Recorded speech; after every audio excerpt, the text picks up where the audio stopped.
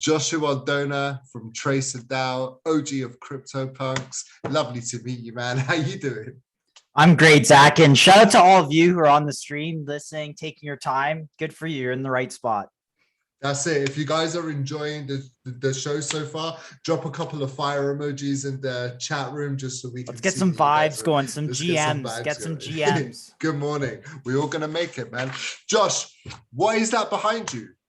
Yeah. What are they? Yeah. Hey, Zach, I am the first person or one of the first people in the world to buy an NFT back in June and July of 2017. These are Cryptopunks. They were the first project, and they actually predated the ERC 721 standard, which is now currently the NFT standard on Ethereum. They predated OpenSea. And what Larva did was they're Matt and John from Toronto. They created a smart contract that enabled market functionality. The ability to place a bid, the ability to place your CryptoPunk for sale, the ability to accept bid and transfer these assets between wallets. All the functionality needed to have a marketplace, many months before OpenSea existed. So a really awesome innovation. So you bought your CryptoPunk back when? So how long ago? June, July 2017. So 4 years ago.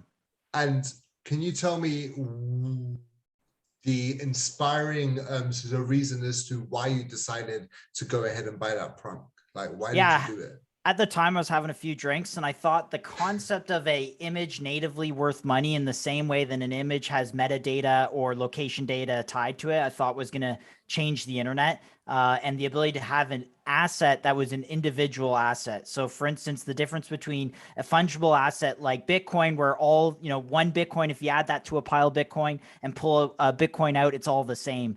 With an NFT, it's like a pile of Pokemon cards, right? And you put your Pikachu in, you're going to want to get something that has equivalent value like a Charizard back out. You're not going to want necessarily a Beedrill out. So that concept of, having a unique asset was fundamental to the next wave of the internet.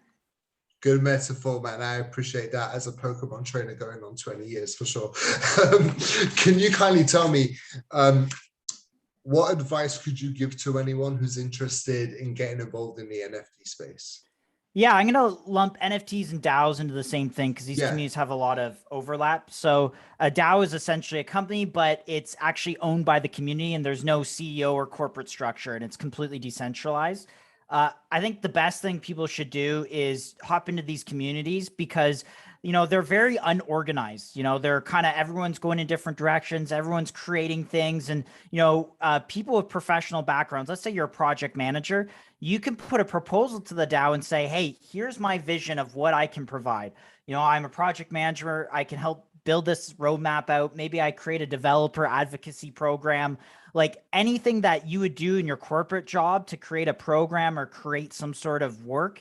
You should propose that to a DAO and you'd be surprised at how many times you will be recruited out of these ecosystems. At Tracer DAO, go to tracerdao.finance, join our Discord. We've actually recruited people out of the community versus posting that job as a open job. But how do people get paid inside a DAO? Like, so how does the salaries and stuff like that work?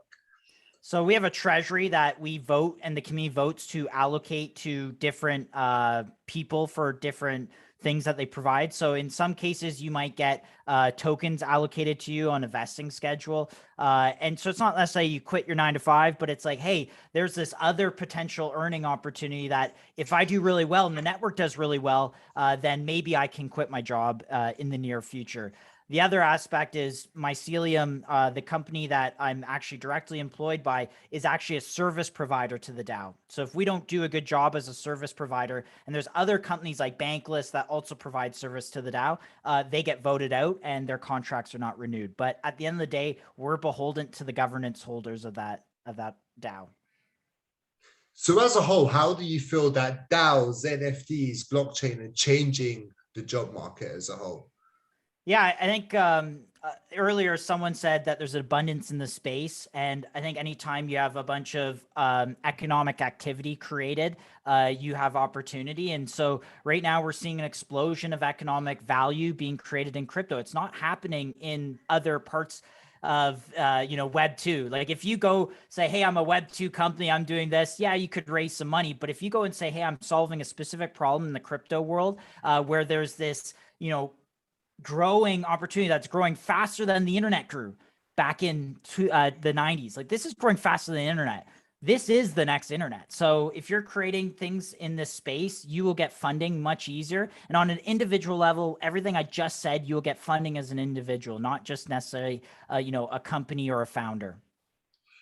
Fantastic, man. And I know personally, because I've seen a couple of your talks going on to YouTube, but I know that you love to give talks at colleges and educational establishments free of charge. Can you tell us why you do that, right? And how people get in contact to get you speaking at their university?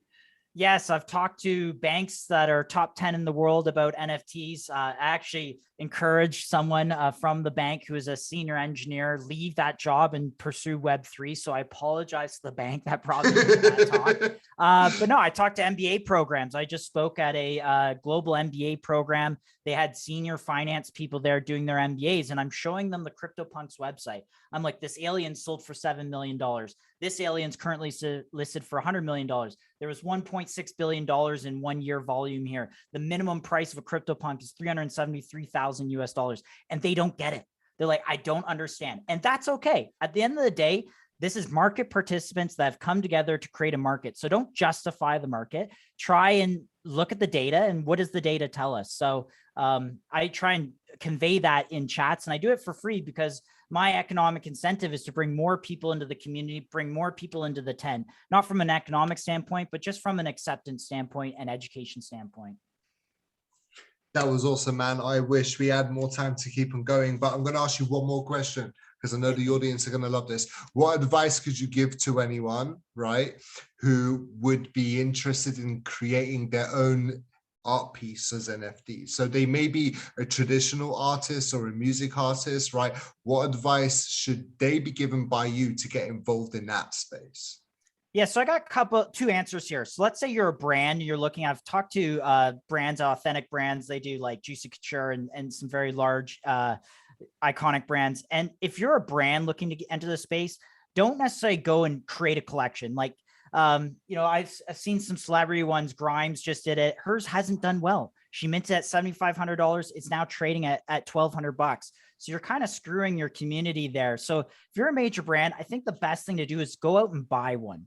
Go join one of these communities. What Visa did is, instead of Visa issuing NFTs, they went and bought a CryptoPunk, and they said, hey, we're looking to learn. And if you go look at Visa's tweets where they announced that, they have tens of thousands of people who have retweeted that. Their next other tweets have maybe like 1 or 2 retweets. So you can see that as a brand entering the space, when you say, hey, I care about what you're doing, it has a bigger impact than you going issuing it. And if you're a creator, you got to build that community up. In March or February of this year, you could have put anything on OpenSea and it would have sold. Today, that's not the case. Today, you need to have provenance. You need to prove that you've been working on this for a while. There has to be a reason for people to buy it more than just the, let's say, visual appeal. They want to buy part of who you are as a person.